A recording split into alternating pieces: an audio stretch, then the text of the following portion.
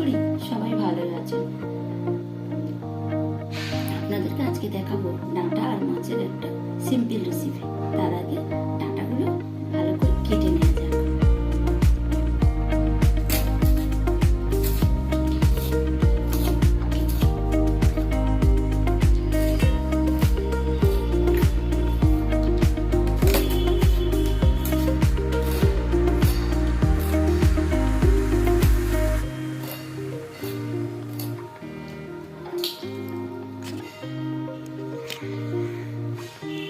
তো ডাঁটাগুলো কাটা হয়ে গেছে।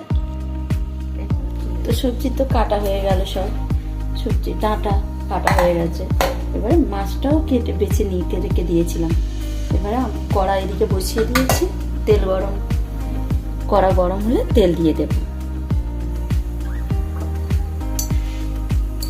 মাছের সাথে হলুদ আর লবণ মাখিয়ে মাছটা ভেজে নেব।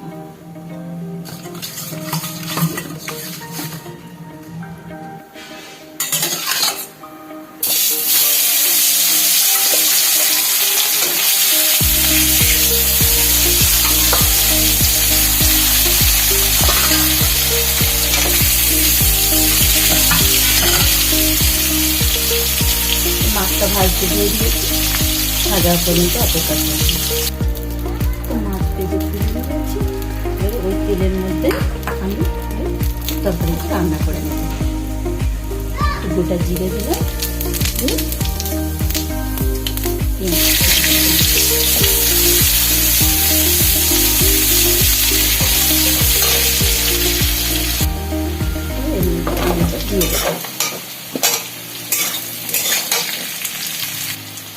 এবার মশলা দেওয়ার পালা।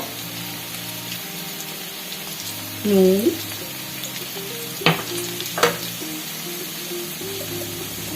হলুদ,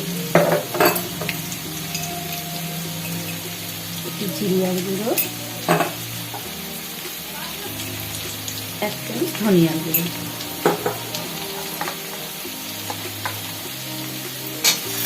একটা টমেটো একটু ভালো করে মাখতে রাখবো।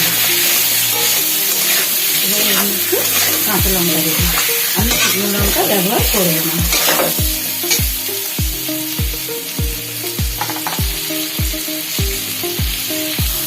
এবার একটু পানি দিয়ে দেবো। ডাঁটাগুলো একটু চাপা দিয়ে রাখবো, ডাঁটাগুলো দিয়ে দেবো।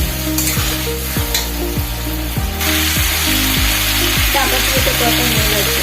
এবার আলুগুলো শুকনো হয়ে গেছে। একটু পানি দিয়ে দেবো। পানি দিয়ে ওখানে ছেড়ে দিয়ে ঢাকা দেবো।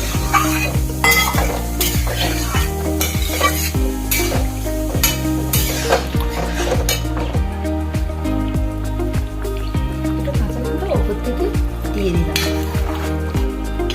কাঁচা লঙ্কা যেহেতু শুকনো লঙ্কা দেওয়া হয়নি, একটু ঝাল ঝাল হবে তো ভালোই লাগবে। যদিও এখন একটু ডাঁটা অসময়ের ডাঁটা, কিন্তু রেসিপিটা খুবই সুন্দর।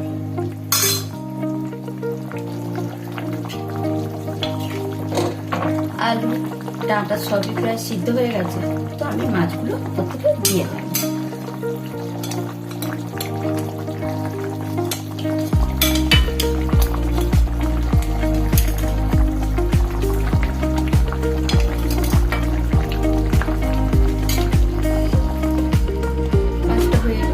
দেওয়া হয়ে গেছে।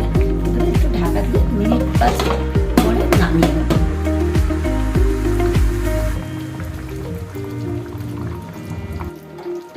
তো ডাঁটা আর মাছের সিম্পল রেসিপিটা কেমন হয়েছে আপনারা অবশ্যই জানাবেন। ততক্ষণে টাটা।